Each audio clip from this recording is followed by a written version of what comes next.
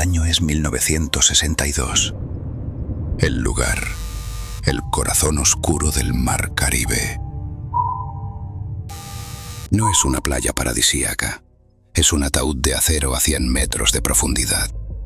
El submarino soviético B-59 es una sombra en el abismo, cargando un secreto que podría incinerar el planeta. Un torpedo nuclear. La Guerra Fría no es un concepto en los libros. Es un escalofrío que recorre la espina dorsal de los hombres encerrados aquí abajo. Arriba, en la superficie soleada, una flota de destructores estadounidenses los ha cazado. Los gringos saben que están cerca, pero no cuán cerca están de provocar el fin. La voz filtrada del capitán Savitsky resonó por la radio, en ruso. Silencio absoluto. Cierre de emergencia en la sala de torpedos. Que nadie respire. El capitán del submarino, el comandante Valentin Savitsky, era un lobo de mar, pero ese día, su cara era la de un hombre al borde del infarto. Llevaban días sumergidos, sin contacto con Moscú, cocinándose en un calor que era un infierno y con el aire cada vez más denso. El mundo de afuera era solo un rumor ahora confirmado por el sonido más aterrador. El primer impacto, una carga de profundidad. La guerra ha comenzado. En el pequeño y sofocante centro de control, 2 hombres gritaban, y un tercero, con una calma espeluznante, solo miraba el mata. Camarada capitán, nuestro deber es responder. La orden es clara. Debemos llevar a cabo la represalia antes de que nos hundan. Lancemos el niño de la muerte. El niño de la muerte. Así llamaban al torpedo atómico. Un torpedo con la potencia explosiva de la bomba de Hiroshima. Su protocolo de lanzamiento era la única cosa que se interponía entre la furia de 2 hombres y la aniquilación global. Se requerían 3 votos para disparar el arma nuclear: el del capitán, el del comisario y el del jefe de flotilla, Vasily Arkhipov. 2 votos ya estaban a favor. Faltaba 1. En ese pequeño rincón de un submarino, en la profundidad del Caribe, Vasily Arkhipov era, en ese instante preciso, la única persona que separaba al mundo de una guerra nuclear total. Y el capitán Savitsky le estaba apuntando con el dedo, urgiéndolo. «Arkhipov, tu voto, demonios, di sí». Si ya sientes la presión en tus audífonos, apóyanos con un me gusta. Y si no quieres perderte cómo salimos de esta, suscríbete y activa la campana. Seguimos. Para entender por qué 2 hombres querían destruir el mundo y un tercero dudaba, debemos retroceder un mes. El año 1962 es el clímax de la locura. Cuba, a 90 millas de la Florida, ha aceptado misiles nucleares soviéticos en su tierra. El presidente estadounidense, John F. Kennedy, había trazado una línea roja en el mapa y el líder soviético, Nikita Khrushchev, había decidido cruzarla. El submarino B-59, junto con otros 3, había viajado miles de kilómetros desde la fría Rusia hasta el trópico. Se escuchó la queja de un oficial. «Capitán, el aire es una sopa. El sistema de aire acondicionado está colapsado. La temperatura en la sala de máquinas está por los 50 grados. 50 grados Celsius. La tripulación estaba deshidratada, exhausta, y sus mentes se estaban friendo. El oficial al mando de la flotilla, Vasily Arkhipov, lo sabía bien. Él era un hombre respetado, que ya había sobrevivido a un accidente nuclear en 1961. Y luego estaba la orden secreta de Moscú, en un sobre sellado, la luz verde para usar el torpedo atómico si el submarino era dañado por un ataque o si había una invasión a Cuba. Pero había una cláusula. El lanzamiento requería la aprobación unánime de los 3 oficiales principales. Los americanos los habían encontrado. Lo que los americanos llamaban señales de práctica, los soviéticos lo interpretaban como el primer disparo. El capitán Savitsky insistió: «Si nos obligan a subir, nos capturarán. Preferiría morir en el fondo del mar antes que entregar la dignidad de la madre patria». Para Savitsky y Maslenikov, la lógica era clara. Las cargas, la falta de comunicación y el calor infernal, todo sumaba lo mismo: la Tercera Guerra Mundial. Regresemos al infierno. El submarino B-59 está siendo sacudido. Los focos parpadean, la temperatura está asfixiante.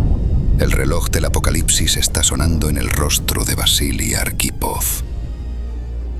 La sala de control era un manicomio. El agua goteaba. El humo olía a cables quemados.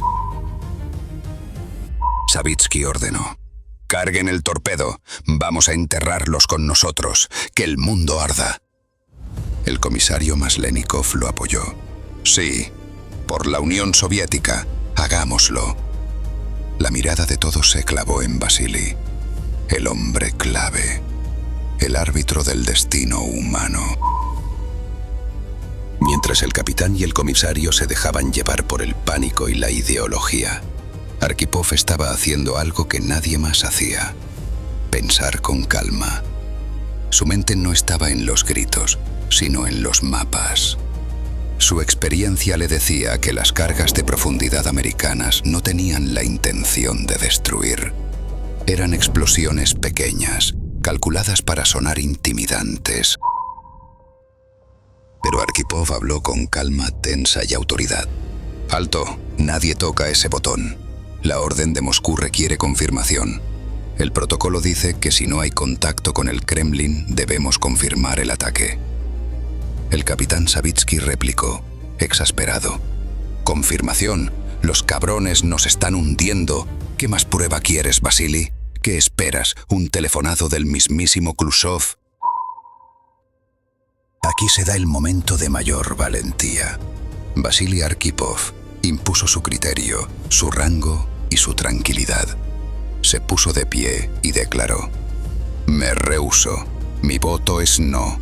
Si esta es la Tercera Guerra Mundial, no seremos nosotros quienes la comencemos por una suposición. Subiremos a la superficie». Fue un acto de insubordinación. Pero los marineros más jóvenes, agotados y temerosos, respiraron un poco al ver a un oficial que no había perdido la cabeza. El capitán Savitsky, exhausto y contra la pared, miró la cara decidida de su segundo al mando. Finalmente el capitán Savitsky se rindió, con voz cansada. «Está bien. A la superficie. Prepárense para ser abordados». El submarino B-59 salió a la superficie como una ballena exhausta. Lo que vieron no era el infierno de un ataque, sino el mar abierto, y a lo lejos el USS Bill observándolos. Cuando los marineros soviéticos salieron a la cubierta, los americanos no los atacaron, solo tomaron fotos. No había guerra mundial, solo había una confusión al borde del desastre. La historia de lo que realmente ocurrió a bordo del B-59 se mantuvo oculta por décadas. La tripulación, al regresar, fue recibida con indiferencia y críticas por haberse rendido. El mundo no sabía lo cerca que estuvo de la aniquilación. Fue en 2002 que el hombre que había dirigido a los destructores estadounidenses confirmó, con voz solemne: «El mundo aprendió que un hombre llamado Vasily Arkhipov salvó el mundo». Vasily Arkhipov siguió con su carrera, subiendo de rango, condecorado, pero nunca por lo que hizo ese día. Murió en 1998, sin saber que su acción, su voto, se convertiría en uno de los actos de heroísmo más importantes de la historia humana. La historia de Arkhipov nos enseña una verdad poderosa. El destino no siempre está en manos de presidentes, sino a veces en la calma de un solo hombre que se niega a apretar el botón por una sospecha. Es una lección sobre la valentía real. No la de blandir una espada, sino la de mantener la cabeza fría cuando todos los demás están ardiendo. En el oscuro y opresivo centro de control del B-59, no había un líder que diera una orden majestuosa. Había un hombre que, mientras sostenía un mapa y escuchaba el golpeteo que anunciaba el fin, se atrevió a decir no. Vasily Arkhipov no detuvo la guerra con un misil, ni con un tratado. Detuvo la guerra con la cosa más frágil y poderosa de todas, la duda razonable. Y por esa duda, usted y yo estamos aquí hoy, soñando con el mar Caribe, en lugar de arder bajo un cielo nuclear. Hasta el próximo susurro. Desconecta, sueña y recuerda, la historia siempre se escribe desde las sombras. Notas del autor. Antes de volver a la superficie, una nota de la tripulación. Lo que acabas de escuchar es una dramatización. La historia del submarino B-59, el bloqueo de Cuba y la negativa de Vasily Arkhipov a lanzar el torpedo son hechos históricos confirmados. El mundo realmente estuvo a un solo voto del apocalipsis nuclear ese día. Sin embargo, los diálogos exactos dentro de la sala de control, el apodo Niño de la Muerte y las interacciones personales son nuestra interpretación, creada para traerte la tensión y el calor que vivieron esos hombres. Nuestro objetivo es que sientas la historia, que aprendas con nosotros y te relajes, siempre desde el más profundo respeto por los eventos reales. Gracias por sumergirte en las sombras con nosotros. Hasta nuestro próximo susurro. Y así, el eco de esta historia se desvanece. Gracias por viajar con nosotros a través del tiempo. Si este relato te ha servido de refugio, un me gusta es el gesto que más nos inspira. Nos encantaría leer tus pensamientos en los comentarios y para asegurarte de que el próximo susurro de la historia llegue hasta ti, te invitamos a suscribirte. Ahora, cierra los ojos y deja que la calma te encuentre. Te deseamos un profundo y reparador descanso. Hasta el próximo susurro.